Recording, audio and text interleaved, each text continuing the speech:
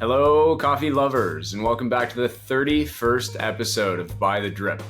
This podcast is all about coffee, entrepreneurship, and the amazing people we meet through the story of coffee.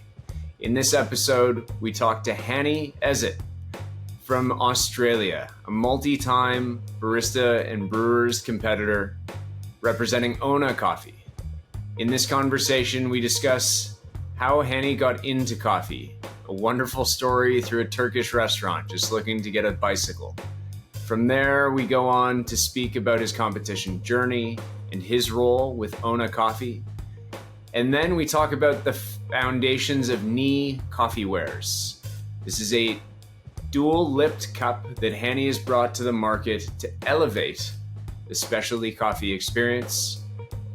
We'll be sharing a booth this weekend in Jakarta at the Jakarta Coffee Week. So find Hany and myself representing Rosso and Hany Wares at Jakarta Coffee Week.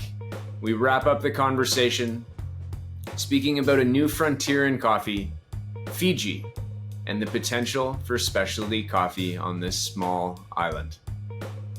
Stay tuned into the conversation. Let us know what you think. It was a fantastic dialogue with Hany.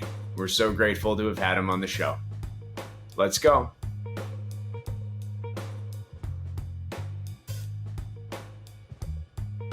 All right, team, we are back with another episode of By the Drip. We are joined with Hany Ezzat from Australia, representing Australia.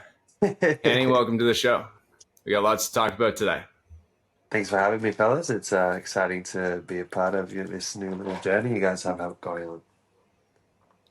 Yeah, excited to have you on, man. You're a man of many hats. You got a lot going on in the world of coffee. We got a lot to talk about today. I think we'll probably start with an easy one. How did you find yourself here? How did you get yourself into the world of coffee? Well, yeah, kind of during when I was like quite young, I really wanted to go get a bike, and my parents told me if I wanted a bike, I needed to make money to get the bike. So at 11 years old, my dad managed to get me a job at his friend's Turkish restaurant. So I started as a kitchen hand, and I was washing dishes and like prepping vegetables, cutting them, and basically learning from a beautiful, Turkish auntie how to make Turkish food. And I did that for like 3 to 4 years. I ended up getting that bike. I was really happy about it. And then obviously I started kind of really enjoying the workforce as well as going to school. So it was kind of would go to school all day, and then I would roll straight into either rugby training or work. And I eventually worked my way up, as kind of like sous chef, kind of prepping all the like, entree meals that come out. And then I, dabbled a little bit in kind of the kitchen element of the Turkish restaurant. And then eventually I moved out into the like bar service area. And that was when I got exposed to the coffee machine for the first time. And I would make maybe 2, 3 coffees a night. And I was really enjoying making the coffee. Hated drinking it, but just really enjoyed like the feelings of making the coffee. And there was one guy there that was like really good at latte art. And this is like back in like, geez, like that would have been like 2008, 9 or something. So like not even many people know how to do latte art. So kind of I was really intrigued to learn. And I was like, I would look forward to just making those 2, 3 coffees towards the end of the night. And then I, had this really cool concept of like, giving my boss the actual end of the shot. So the opposite of a ristretto. He used to drink it with 7 sugars. And I kind of like started my like little like R&D journey there. So like instead of like lots of people were giving him the first part of the shot, and they're like, yeah, this is how you do it. And then for me, it was kind of like, oh no, you give him the white part. That's the sweetest part. I had no idea. I'd never tasted, never tried, but I was basically giving him like, think of like the last 10 grams of every shot. So that's a bit of a violation. But I ended up opening a cafe with these guys when I was 17, and I decided to leave school and manage it. And the goal was to open my very own cafe one day.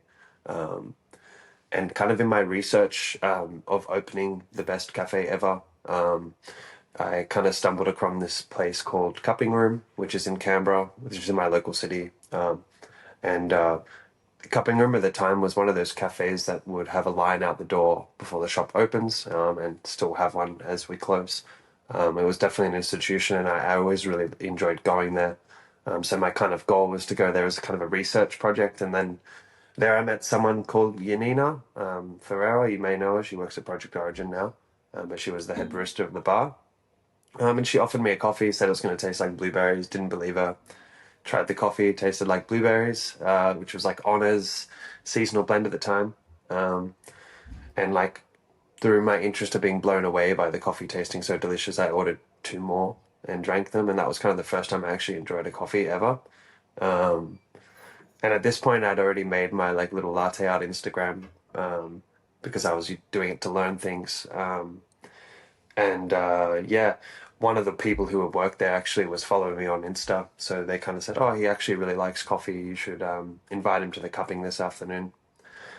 So I go to the cupping in the afternoon, and then yeah, I hate all the black coffee. I hate cupping. Tastes awful. But Yanina said, you should come for a trial shift. We got a 1 day a week open. So for me, it was the perfect, industrial espionage to learn how cupping room worked. Um, and kind of the rest is history. I ended up like slowly fading out of that Turkish restaurant and the people who I was going to open the shop with, and I ended up opening a few cafes with Honor, and then realizing I don't want to open cafes, and I wanted to do sales. Um, but yeah, I really fell in love. I got to see like Hugh Kelly's routine. Sash just came off the back of Winning Worlds when I joined. Um, and like kind of the whole world of coffee, getting exposed to that was kind of quite fascinating for me. And that's when I knew that was going to be something I was going to do for quite some time. Um, and yeah, I basically just got stuck. So I've been at Honor for like the last 8, 9 years. I've only really ever worked for two people, which is pretty crazy. Um, so I'm pretty loyal, but I think it's just like very much a coincidence that I ended up here. And anyone that went to school with me always thinks, what the hell do you do for a living? And I kind of just leave it at that, to be honest. I just say I'm a barista. So It's a that's my great like answer. little thrust into coffee. It's a reputable job role, or at least it should be. I got a question. Did you end up buying the bike from the very beginning? Yeah, I actually still have the bike. I kind of like walk past it every day. Like I don't ride it. It's like a little BMX. I used to be like a skate park rat back in the day. So in any of my free time, would go to the skate park or go, to the tracks. A bit of a like adrenaline head. Kind of tried every sport and played every sport and done all of those things as well growing up. I think my original dream growing up was to be like a professional sports person. So kind of as I transitioned out of playing rugby, I was playing like semi-professional rugby in Australia. Um, Transitioning out of that, I started doing the coffee comps, and that was kind of my kind of competitive edge shift to focus a bit more on my career as well. So that's kind of like, yeah.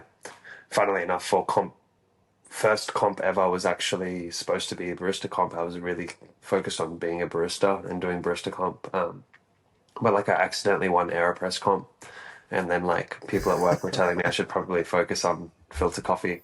Um, yeah, and the funniest thing is like I developed my recipe with Angus from Nucleus, if you know him. I mean, obviously he was just a barista back then, and we had the exact same recipe, but I was getting through unanimous each round, and he didn't make it through the first. And it turns out just me making mistakes was actually making the coffee better. So it's kind of like a real funny, yeah. So it's kind of all of a bit of a coincidence that I jumped into the filter world. So I ended up like kind of making that shift there, and haven't really looked back since. Okay. I got one more question. What you wanted to open a cafe and then you ended up opening cafes with Ona. What made you decide that this is not something you want to do? Because I think for a lot of baristas that's the dream. Yeah, look, I don't want to discourage anybody or anything around that, but when I saw what it took to open a cafe, I was doing it with like five other partners, and I saw like all the hardship and all of the pressure and energy. Um, it really reminded me of like maybe having a baby and the responsibility. and that wasn't really something I was prepared to do or wanted to do. I wanted to travel, and I saw kind of these like coffee people, coffee pros starting to travel around a lot as well, and kind of that was the life they were living. I didn't want to live the life of staying in the same place every day, even though it's quite a rewarding experience building a community and stuff. Which I feel like I really dedicated a lot of time to doing that. I knew deep down inside that that wasn't going to be the end goal for me. I wanted to have a bigger goal and a bigger impact. So it's not to say anything bad about cafes, or it was just more of like, I think, to keep it short and sweet. Like it's like having a baby, and I wasn't ready to have a baby, and I didn't want a baby. Um, as you guys know, as business owners, it takes a lot of your time, energy, and maybe for me, it wasn't really something that I really wanted to do, but I really enjoyed helping people do it. So my job now is all I do is help people open cafes. So it's all the fun stuff, and then now that you have to be there for 6 months, that's on you now. It's not on me. uh, It's like having a dog or having a baby, but without any of the responsibilities. You get to have all the highs. You don't necessarily have to go through the lows all the time. You probably have to battle through quite a bit with your clients, but you get the fun, joyful moments of sharing the moment and the baby and the Yeah, it's kind of like you deliver the baby, and you're like the godfather of the child, yeah, and yeah, you okay. still see the child every now and then. You can maintain a great relationship, but on a day-to-day basis, that was kind of the interaction I wanted with cafes. It was kind of cool to kind of be able to be in that space and say kind of like pioneer a new way of kind of interacting with cafes as well. That was something that I wanted to do. So yeah, like a lot of my work on a day to day now with Honor is helping them, design the cafe space, design the workflow, give them a feel, help people really realize what they want out of their cafe and how to make money through the cafe. So definitely very much more of a consultation. I sell on a coffee for a living, but the product sells itself. And if I myself love coffee, believe in coffee, and very active in the industry. The product doesn't need much selling, but then what other value can I add? And most of that value comes from all of those experience of opening cafes. So that's kind of one of Honor's biggest selling points in Australia is people will come and work with us because of the service that they get. Um, you know, you really do have like a big family when you work with us, and you kind of get connected, and we're there for you every step of the way. And we do everything we can to kind of make you feel that. Like I'll be there on your opening week, making sure that everything's good, and I'll be there dialing in with you, having the tough conversations and helping teams get built. So I'm really into that, really into culture, all those things. But yeah, Yeah, sweet. Hany, tell me your relationship with Turkish coffee, with Jezva, Ibrik. You started your journey at a Turkish restaurant. yeah, Did you ever try your hand on the tools? Do hell you yeah. We today? had Tell me your relationship there. yeah, that was the first ever coffee I made actually. It was a automatic Chesfe, like kind of comes pre-ground, and then like you'd put sugar in it, and then you just like put it in the machine and you press the button, and then coffee would come out. I'm It's an assuming just really hot automatic shit, water. man. I didn't even know that existed. Yeah, exactly. Like you just literally press the button. It was button one and button two option, and somehow you could still be better or worse at making it. Like the people I worked for would say that like someone's coffee was better than another, even though like the person we would all do the exact same thing. But then I came to realize it was just putting a little bit more sugar in is what you needed to do to be told you're making a better coffee.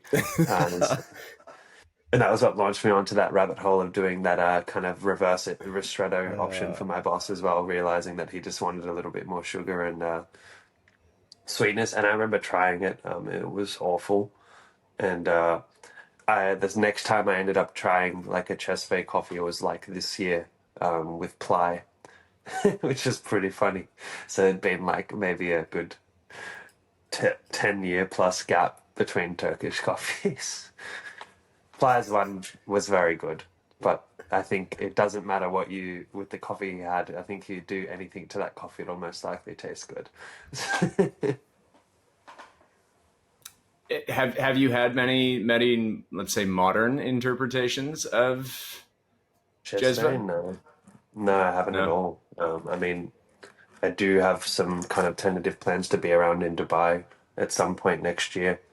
So I kind of hope to be fully immersed into that culture if it is something that is enjoyed every day. Yeah, kind of really love when I'm traveling to.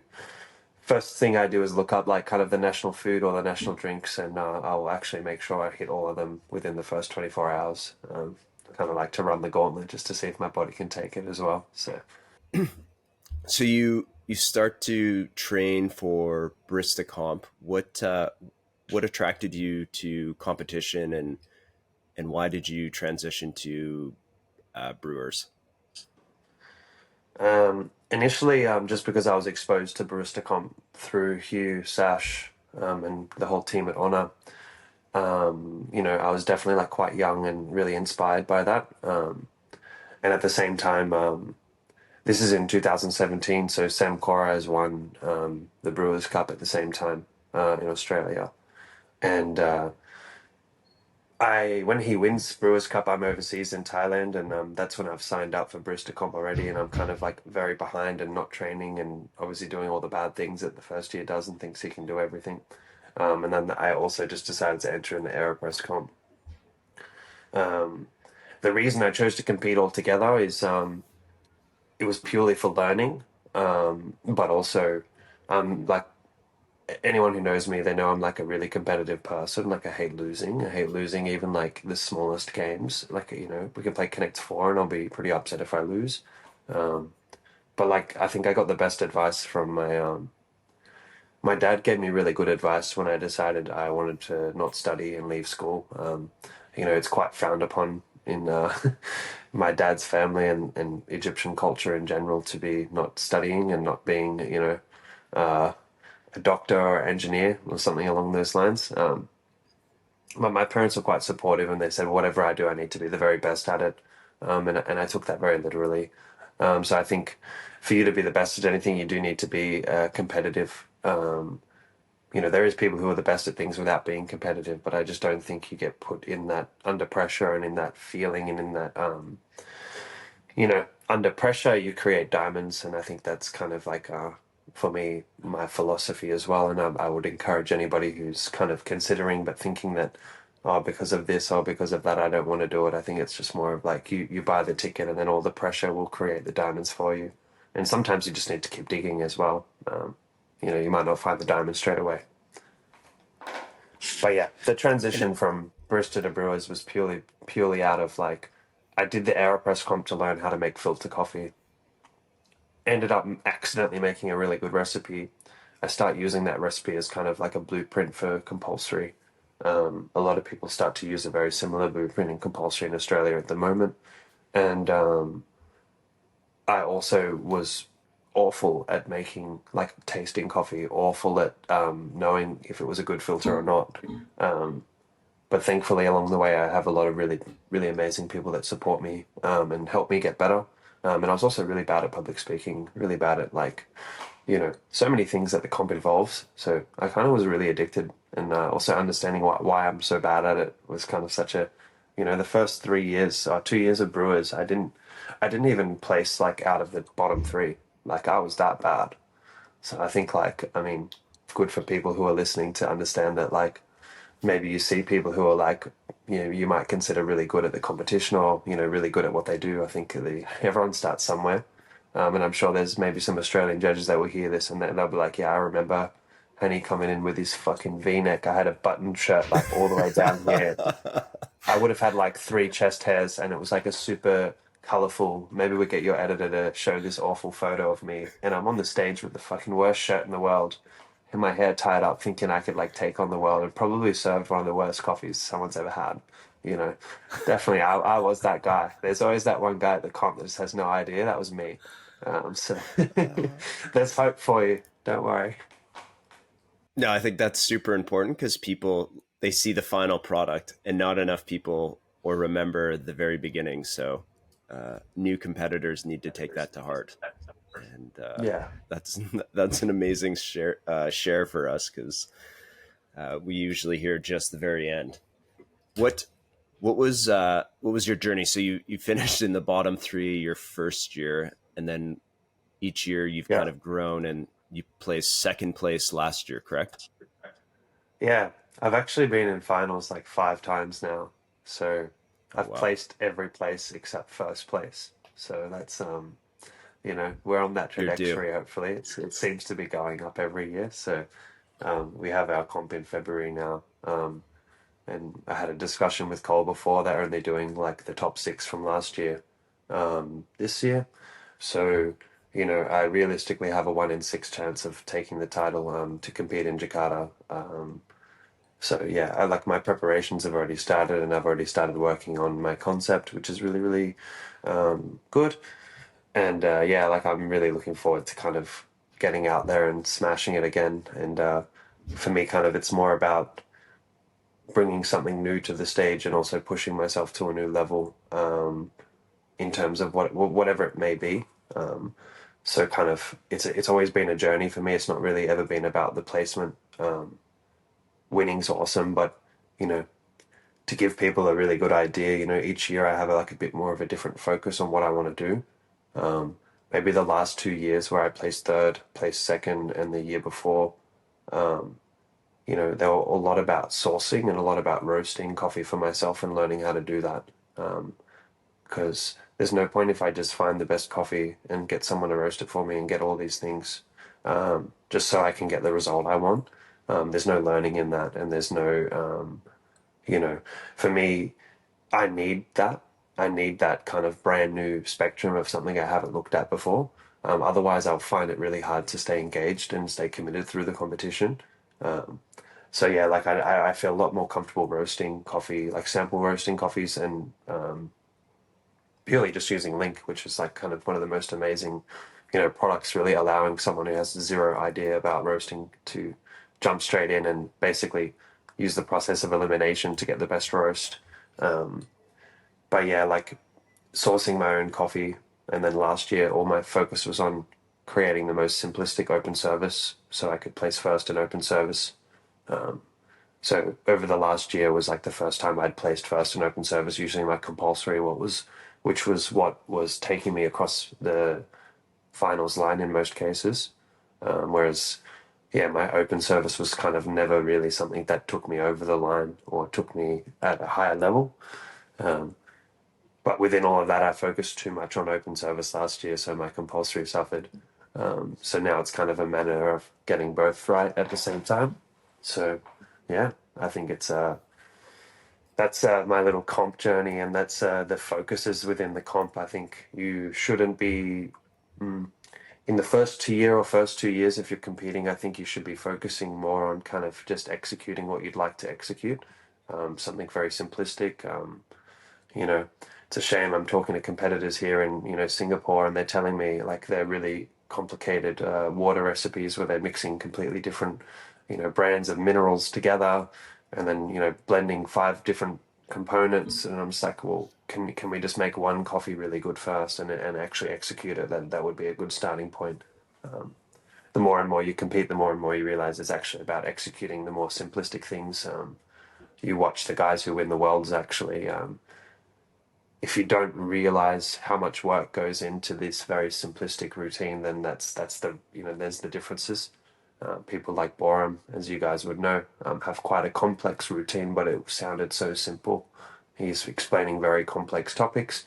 He's doing very complex movements and things, but he's making them look very calm and comfortable. Yeah. Yeah, people don't realize that that's actually quite a lot of work to make something look easy. Yeah, find complex big topics and just drive it down into easy delivery that scores points. I think people forget that you need to score points to win competitions, and Yeah, complexity in presentation doesn't score points. Complexity in the cup maybe does, but in the presentation, you don't win extra points for complexity. yeah. I think judging a comp as well will really help you realize how hard it is to score coffees and how hard it is to run comps and how hard it is to all these things. So if you have that lens as a competitor, making things easy for the judges to give you a good score, I think is like the best thing you could possibly do. Right. I mean, I talked about avocado toast in the morning, and that was my whole routine was centered around drinking coffees and avocado toast in the morning, and that was number one open service. Obviously, we're doing a lot of complex things in the background, but the whole idea was that I just drink two coffees in the morning and I may change one variable, and that's how I build my recipes, and pick the best one, and then I just build from there. And I do that all alongside kind of sitting outside with my avo toast, which I also do side by side with, two different toasts, change their thing and make a really nice, change the vibe. So, see, we invoke some laughter, but it's quite a um, simplistic topic. But yeah, I think my topic for this year will be more around the environment, which will probably be the word that I'm going to be using a lot of. So can't leave much more than that, but that'll be my overhaul, which I had kind of realized while being away. So So when you're training, do you come back to the same baseline that you created from previous years and try to look to elevate that, or are you like you're adding new seasoning into the avocado toast mix, or are you looking to completely rebuild, reframe, and present something new? What does that look like I for you? think I think structurally I never change my routine. The topic may change, but like the order of which I do things, and quite typically equipment and scales, kettles, timing, technical points are a thing. And the more and more I practice them, like I haven't missed any technical points since 2021 or 22. Like I really don't want to give away any free points to anybody. So I kind of have my like, XYZ, coffee. It will be maybe like coffee, brewing, tasting notes, post extraction. That'll always be like kind of my sting. But then what content is within that is always really flexible. And I only do that purely just because I find it really easy for timing, really easy for tasting. But then I carry that kind of structure into when I'm tasting the timings between those things, because I've done the work to kind of think about like, okay, if I start brewing at 2 minutes 05, and then the judges take their first sip at 10:05, 5 seconds after I call time, say, actually spacing out all those times so people are tasting the coffee at the exact moment. I kind of find it really easy if I just keep that like baseline structure. But yeah, I think the biggest thing is linking all of those, coffee information, brewing information, and potentially post extraction. How do they all tie in to each other, for kind of synergy and ease and simplicity? But usually I'll like kind of manifest it on my own, and then I will pitch it to, you know, people who I'm really like inspired by, or people who are really good at the comp. Sash will always have a look, help me kind of structure it out, um, as well as like I have, I actually will quite often like talk to international help to get a little bit of a kind of a gauge on things, just to see if it makes sense for people. But I think your best judges are actually your friends outside of coffee, the ones that have no Yeah. idea. I think that I always actually, probably like 3 weeks before the comp, I start advertising on my social media, like my personal social media and friends, to get all of these people in for prezos, and that's when I make most of my adjustments. But the structure doesn't change, but the words and everything, that if a normal person can watch the routine and understand it, then that's what we want. Yeah, I think that's a great approach. We believe in a very similar bringing the friends, bringing the family, bringing the people outside of the coffee world, and if they can digest it, I always use my mom as the example. If she can understand what's going on, Yeah, the judges can understand what's going on, and then she'll tell you your smile's so nice. She'll tell you you're handsome. She'll tell you she'll yeah, really boost your confidence. yeah. My mum actually doesn't drink coffee, and maybe you guys can link the YouTube. If you look at my 2022 presentation, my whole presentation's about that. The fact is, my mum doesn't know what my coffee tastes like, and it's too complex for her to understand. Um, and the whole journey is about kind of finding a coffee that she can relate to, and brewing it so she can understand it. And then that was kind of when I introduced Niwes as well on that year, because I that was kind of to help her see particular parts of the coffee. I was using different rims, for the cup. So that was kind of like, yeah, a lot of people quote me or ask me about that routine, and I've actually seen a lot of people now structure their routines around the people they love, around those things as well. They say, I've seen people talk about their, use almost exact same lines from my routine, which is really cool. I saw a few people in Europe talking about, their husband or their partner, and they used the exact same line, which is really cool. So that sounds like it's an impactful routine. But yeah, always more room to improve. But I love that story of kind of bring your mum in. And I think your mum can level you if she doesn't get it. She's a little bit too much. She also knows Yeah. she knows you, right? So if you're nervous or if you're like not talking and you're talking and it's not really sounding like you in that routine, then she'll be like, "Oh, I lost my son when he was talking about carbonic maceration." And it's like, cool. I need to be better in that area.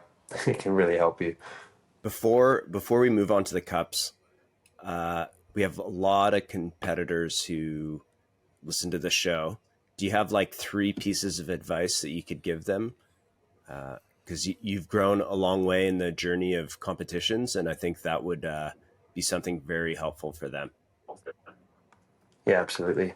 Um, Step one is make the decision and fully commit to a plan. The first step is just buy the ticket and you know um, the first thing you're going to do is make a plan and talk to people who have done it before. Most people are really happy to speak with you and help you get on your feet. You're more than welcome to message me directly. I can help you get started.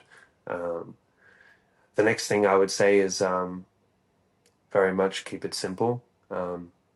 Read the rules, and you need to serve a coffee and give them tasting notes and be relatable and be representing the industry. You don't need to change the world. You need to serve good coffees and make it easy for the judges. And number three, it's maybe a bit of a hot take, but don't blame anybody else, and don't be a sook when you don't win, and don't blame anything or anyone around you for you not performing or you not doing the right thing. The more you do the competition, the more you realize it's kind of up to you to control everything. And yeah, I quite struggle to put into words like how frustrated I find it when people complain about external factors or people or specific things when they don't win. It's kind of up to them to be that ambassador, be the person that maybe the judges want to win if that is a thing, or be in control. Don't be relying on other people to grind your coffee or to dose your coffee or something went wrong. It's kind of you see a really good example is I remember seeing Sasha coming back for Brewers, and I never seen him prepare for a comp before, but he actually did everything on his own. He didn't want anyone touching his coffee. He didn't want anyone grinding his coffee. He just wanted help with tasting notes. He wanted help with other things. You need a team, of course.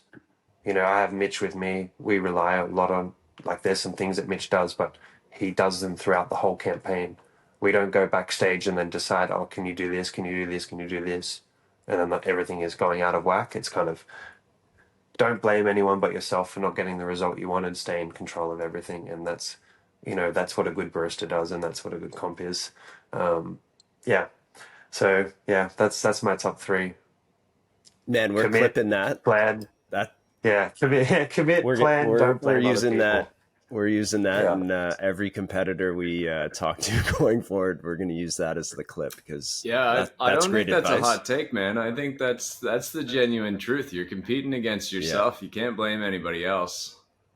yeah. yeah, yeah. I think it's just more of like, yeah. I just find it really frustrating when people like, you go, oh, how'd your comp go? And they go, oh, this person did this or whatever. And it's like that's the opening line instead of like, oh, I learned so much, or wow, I'm so grateful that I've kind of, got to showcase this coffee or like, you know, what's your impact? Focus on your impact and what you're doing and within all of that. But I think your first few years, it's not about being able to do that. You won't have the capacity, most likely. But you know, later on down the track, you really need to think of your why. I think in the beginning, you don't need to think about why too much. You just need to get your grasp on the competition.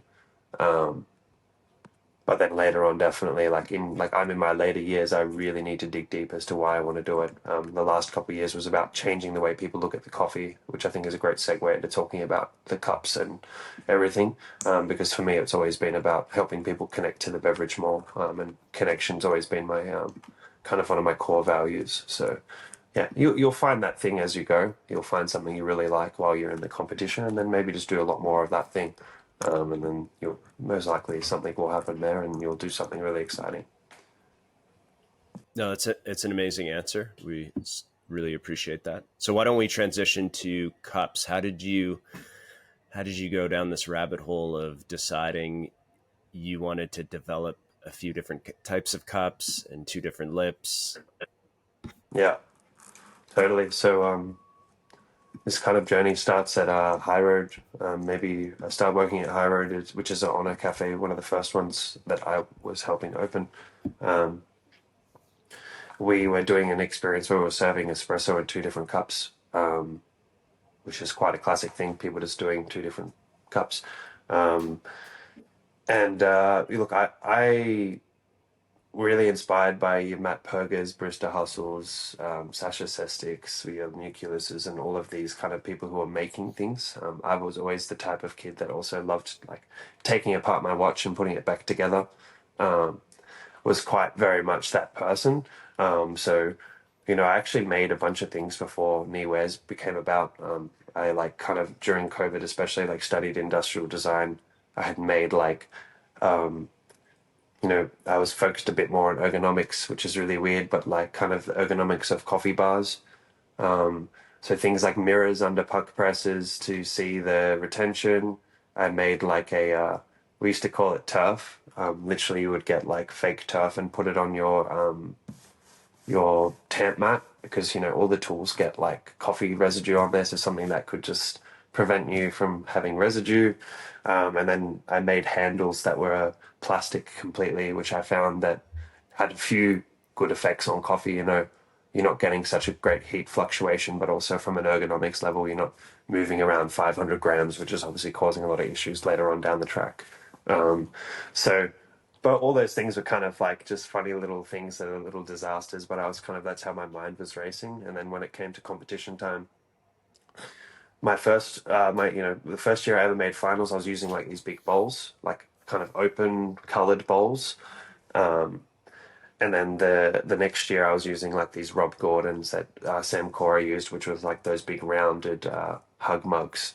And then the year of 2020 comes, and I start thinking I really like both of these mugs, but I can't get the best of both worlds.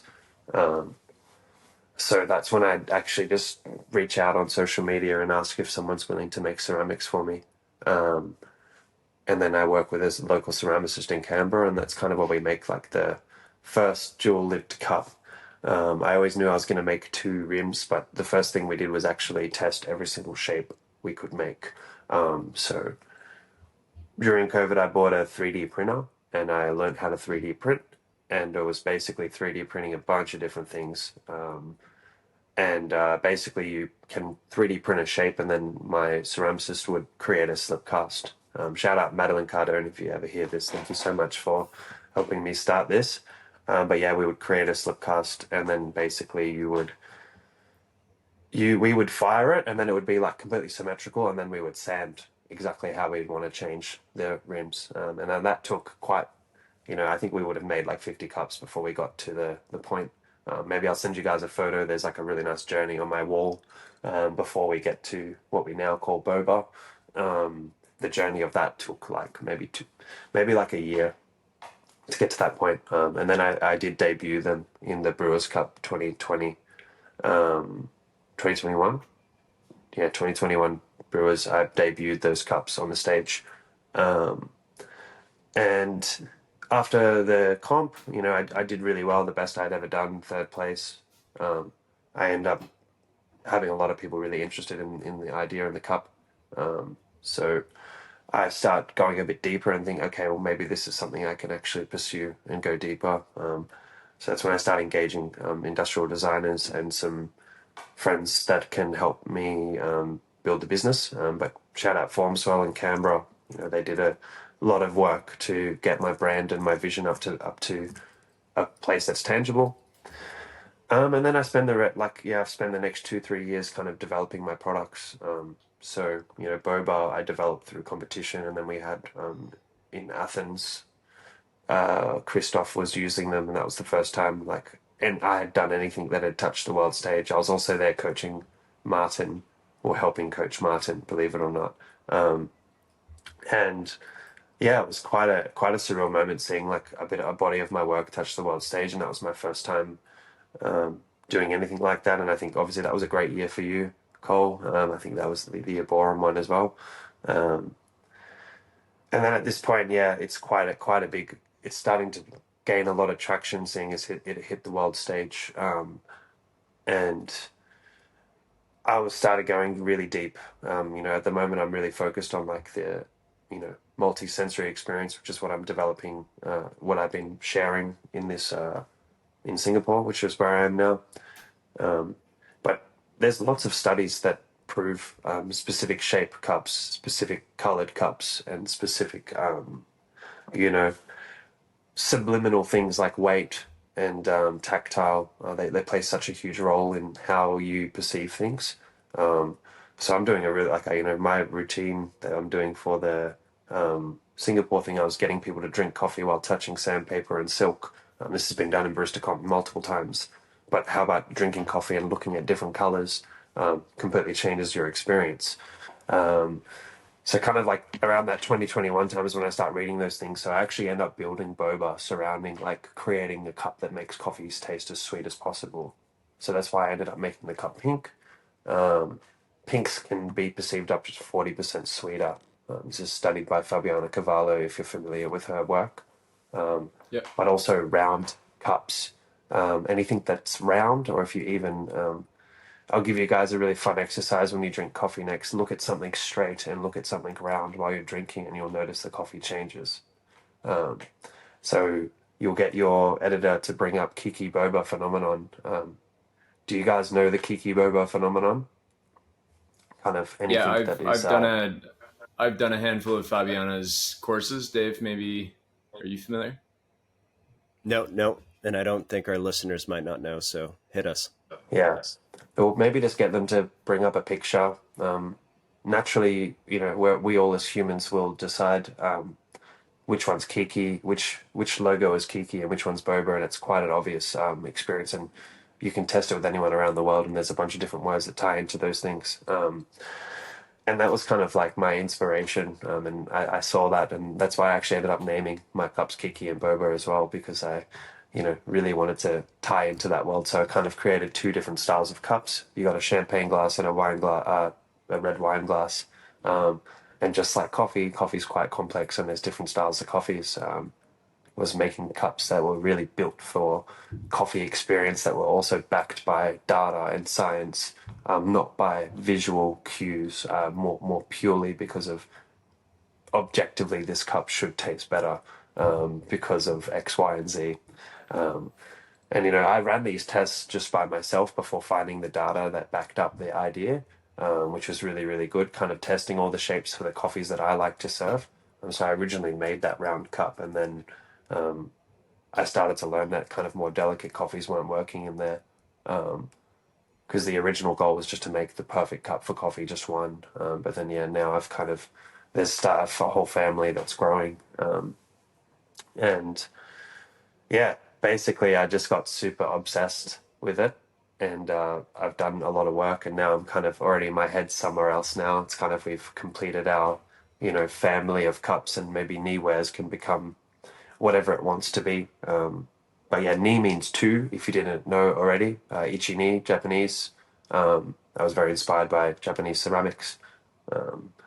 Yeah, and initially I didn't really want to do it myself. I actually asked a lot of ceramic companies we all know, to do these things for me. And it's kind of funny now that we're at that level where these companies are all starting to do it themselves. So it's kind of it's actually quite nice. Bit of an interesting one, but also, yeah, like you can't patent ideas, you can't patent designs like you think you can. Maybe someone can't copy my exact cup, but I also don't really have the I don't have the feeling of needing to do anything like that. Actually, anyone who enjoys a cup that has two different rims, for me, I feel really happy that they, believe in this idea. Because 4 years ago, or 3, 4 years ago, no one believed in it. So it's kind of cool to see that it's kind of changed the way people are even focusing on post extraction. And then obviously developing espresso cup with Hugh for Australia recently, and then having Jack also adopt them and rank second in the world for me was such a I felt like I played a very small part in such a huge accomplishment for Jack himself, and also for myself feeling that I've really helped people connect to coffee better, which is kind of like a lot more of my fulfillment in the industry. So now I'm kind of already mentally searching for whatever I'm going to help people connect to coffee deeper elsewhere now, which is kind of cool. But yeah, that's how Hany Ezzat has become a thing, and this trip in Singapore is actually my first trip doing anything for my own brand and my own vision. So it's been quite a surreal experience having people know me as Hany from Hany Ezzat, not from Honor Coffee, and not from Instagram. So it was pretty cool. Amazing. Do you look into a certain industry, like a parallel industry, like wine or whiskey, or some Absolutely. spot for inspiration? Is there one in particular, or kind of a full spectrum? Full spectrum. I think wine, like alcohol industry, is so much more developed than us. So you know, I think tea is also really developed. So Yeah. kind of you can draw a lot of inspiration from them, and then also food science in general. So Charles Spence, Gastrophysics. I love that book. That's how I found Fabiana work as well. And yeah, like you telling me that you've been to a Fabiana course just made me think, oh, she does courses, and why haven't I been in one? So, I was really, really lucky actually. One of the researchers from UC Davis that was with Fabiana in the studies actually got to see me presenting the studies to the masses in FHA last week. So we had a mad chat, and he's given me some homework to do as well. So he printed out a bunch of research studies. So hopefully I find some more inspiration to help people connect to their coffee more. All the data's out there, all of the things that us as humans can like associate and help people enjoy things more. Something as simple as having a colored plate can help someone want to eat something more or think it's more premium.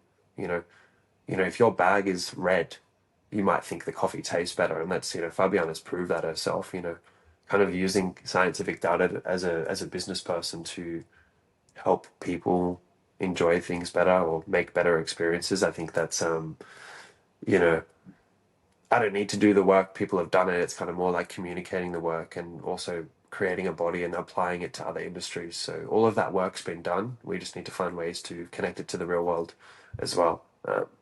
So maybe you're going to send some people on a rabbit hole thinking about some things now. It's a deep rabbit hole. You can fall far into that rabbit hole. I think I did my first course with her. It was either 2019 or 2021, and it was in Zurich, and it opened my eyes to the world of sensory science. She talked about, coffee kind of has two cups. We've got the mug and we've got the bowl. You look at wine and they've got 1,000 different cups, and some specifically catered to single house, single style, single expression, wines, and you wouldn't drink anything else out of that, but this is best to highlight that wine. She goes into colors, she goes into all sorts of things, and there's certain experiments that she talks about where the Fat Duck out of London, Yeah, Heston Blumenthal, I think is the chef's name, if I've got yeah, that right. He did an experiment where he served the same dish with two different names, and it was I think it was a salmon ice cream, if I've got that yeah, right. Like it was a yeah. peculiar combo of food and flavor that I don't know if I would order salmon ice cream as a first pick, on a list, but he named it salmon ice cream, served it to half the people, and then he named it dessert 512 and served it to half the people. The people that got it without the context of what it was liked it very much. The people who got it with context did not like it at all. because they went in with the psychology that this is weird, this is Exactly. different, this shouldn't be what it is. And just really, her courses really opened my eyes to sensory science and how important it is to focus on color, focus on shape, focus on Kiki, Mm. Boba, focus on those elements. So highly Mm. recommend jumping into Yeah. some of her classes. And then just bringing it back to, as a barista, what are you doing on a psychology level to prep people in a positive way to enjoy your experience? And in most cases, people enjoy things the most when they feel comfortable. So music, feeling, sound. Um, I also find, yeah, I don't know if you saw the Fat Dog, they did the earphones with the oyster, oysters by the sea. So they play the music with the oysters. I did a really cool test with everybody. Everyone drinks the same batch brew, and I changed the frequency. You put a really high frequency, the coffees start to taste awful. The exact same coffee, you can drink the same coffee 3 times and just change the frequency, and the coffees taste awful. So when I see you guys, I'll show you my routine for people, so you can see, just how easy it is to distract someone from a really good coffee. Yeah, most of the time when you talk about your favorite experience, you usually will explain the whole environment, maybe how you felt that day, um, everything surrounding that. Everything actually, sometimes except the dish. Some people might even tell you, where they were, how they felt, who was with them. That's what makes the best experiences, actually. 100%. It's that extra 20% besides aroma and flavor, in aroma and taste. So, yeah, think about it.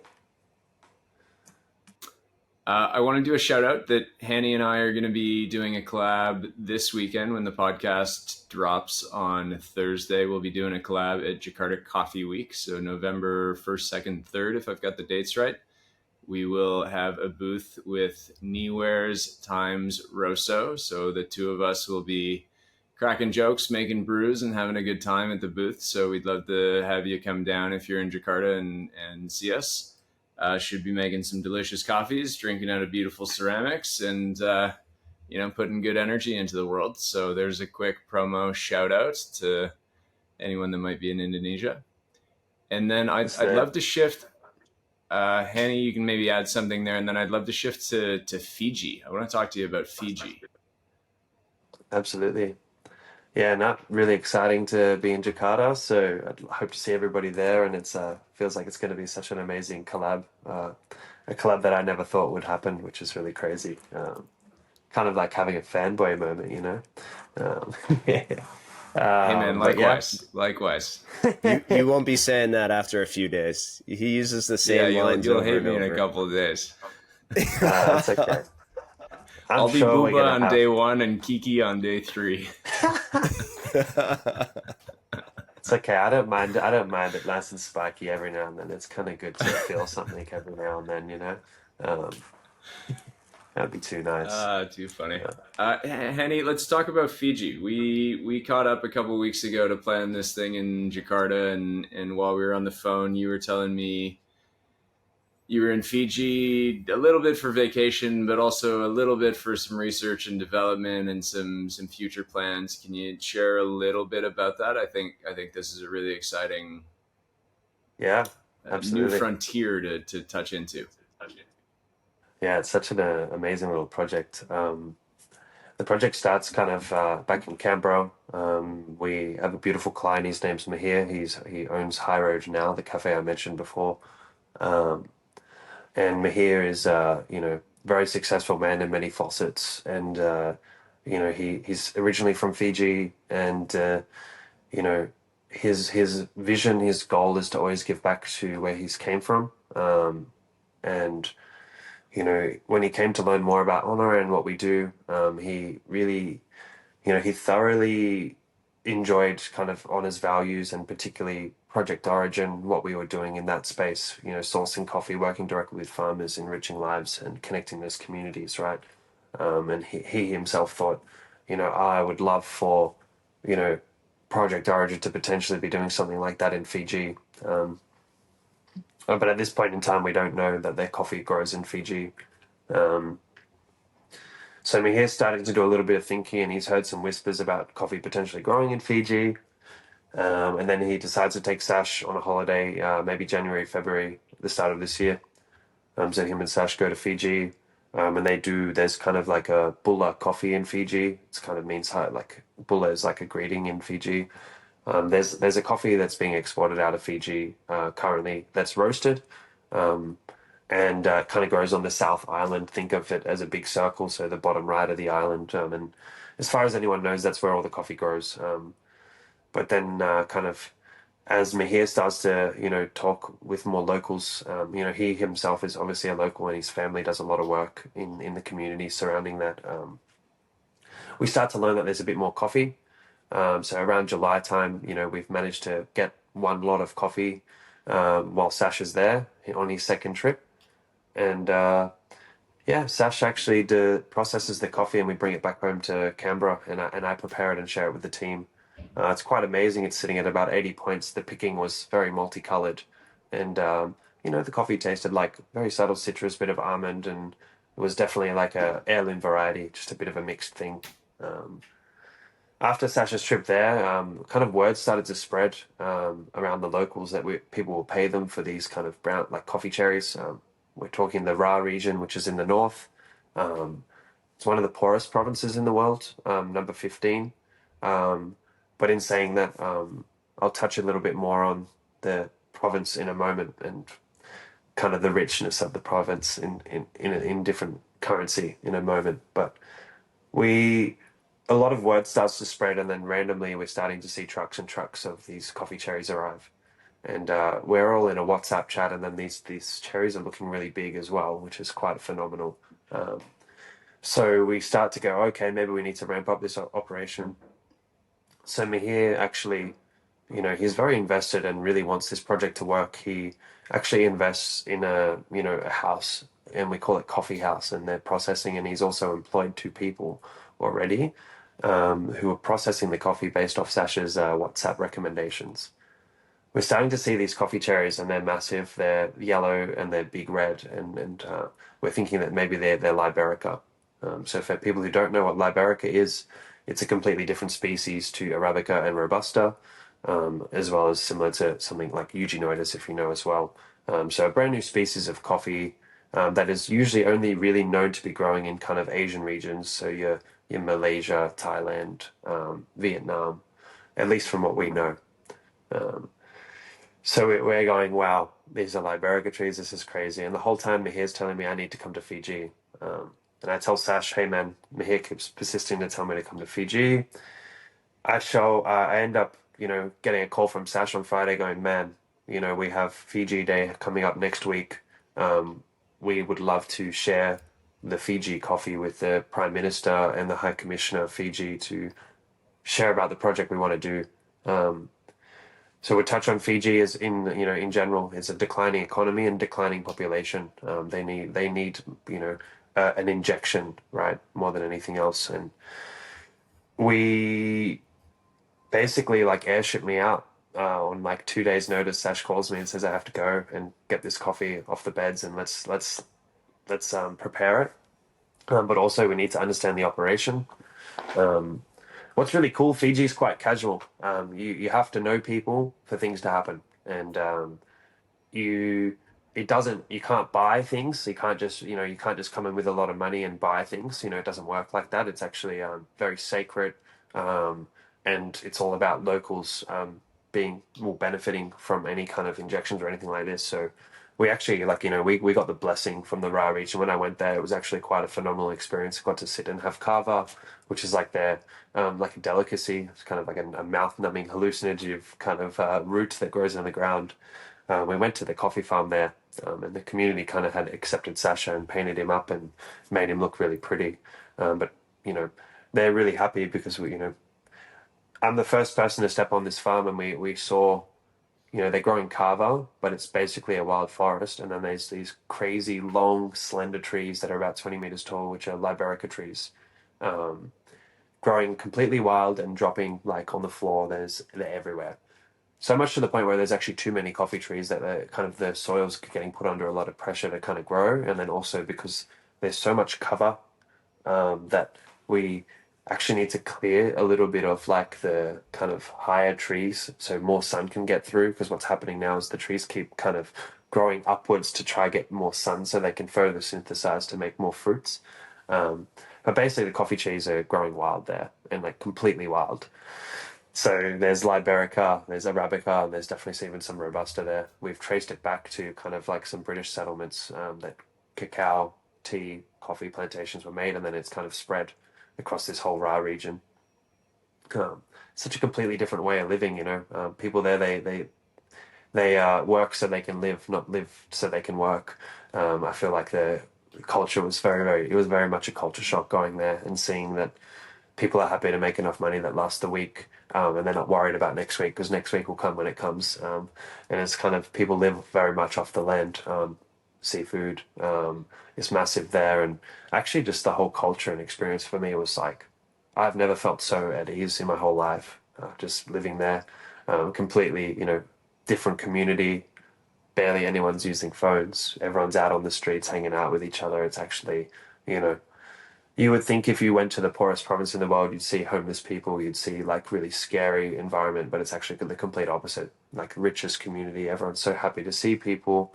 Didn't see anyone that looked like they were actually struggling, which was amazing.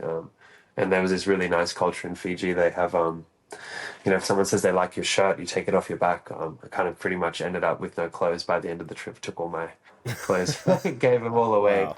It was really cool to see all the kids, and even some of the workers are wearing like my old rugby gear the next day. Um, but yeah, it's like a, you know, we're not planning to impose at all. Like kind of, we definitely want to work with the community. We're basically saying, well, if you bring us coffee cherries, we'll pay for them and we'll take care of it, the rest.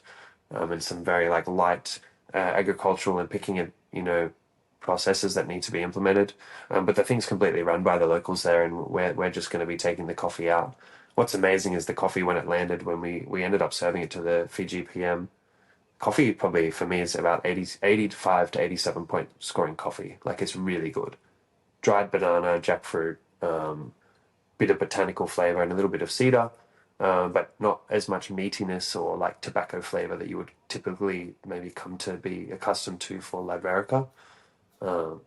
It's growing about 200 meters above sea level, and I think it's just purely because of the terroir we're getting.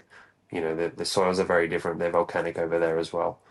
So, you know, Pacifica Coffee, you know, it's an honor coffee project, and we're really excited to kind of build this up. But we're expecting about three tons of coffee, and we've kind of secured all of the lots already. And Mahir's goal, dream, and vision is to kind of have Honor Fiji as a thing. And he, you know, showed me a compound where he's already like kind of basically getting a coffee school to teach people how to roast, teach people how to pick coffee, farm coffee.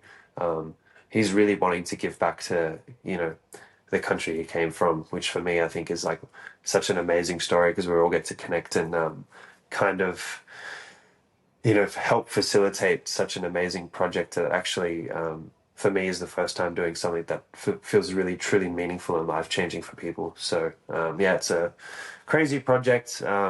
There's so many details to come, and you know, there's so much more I'd love to share with you guys, but a lot of it still needs to be like confirmed. But just know that there's coffee in Fiji. We're gonna have it. We're gonna do our best to make it amazing. We did some carbonic macerated Liberica, a few different options. They taste amazing. Hugh, you know, had already done so much work with my Liberica, so we definitely feel like, you know, we've dealt with Liberica, and we can hopefully get the best, very best out of this coffee to kind of give everybody such an amazing experience. So I think I was the first person bringing green coffee out of Fiji, and we had to figure out how illegal that is and how all of that works. And that was also a really scary experience because I had to bring it back to give it to the PM and the High Commissioner in Canberra. But yeah, the amazing thing was is we've got the blessing and the support from the government as well. They really want us to help kind of bring more jobs and more, you know, exporting green coffee can be such a amazing opportunity for the people of Fiji. So yeah, that's it. Well, That's an amazing story. Is the plan to have the Fiji coffee on the menu at Ona? Oh, absolutely. I think at bare minimum, this coffee could be put in blend, but we're definitely going to be making this a kind of a feature in unfamiliar origin and unfamiliar species, as like we have that as a kind of Acetone, and we have that as a kind of a special feature, which you'll see next year. So we're doing unfamiliar origins and species as like kind of a theme that runs throughout the year. So we've kind of started to source coffees that come from weird places and weird origins. But also, yeah, I think this project runs really deep with the High Road team, or the team of Mahir. So we definitely will be making sure that we can facilitate a lot of that for his team as well. Yeah, but we're just actually a little blip on the massive scale. We're really realistically just sharing coffee IP.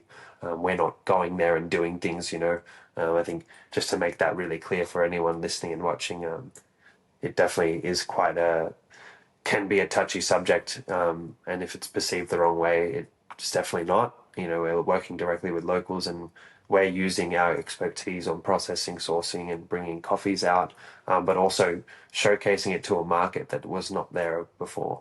I think if Honor Coffee released a Fiji coffee, I think it would be sold out within a matter of moments. So we'll be making sure that kind of everything is shared fairly and kind of within the right ways and reasons. And I think it was really nice for me to actually see it firsthand, because I was also very skeptical up front. And actually, even on my way to Fiji, I was still skeptical until I was there and actually got to see everything.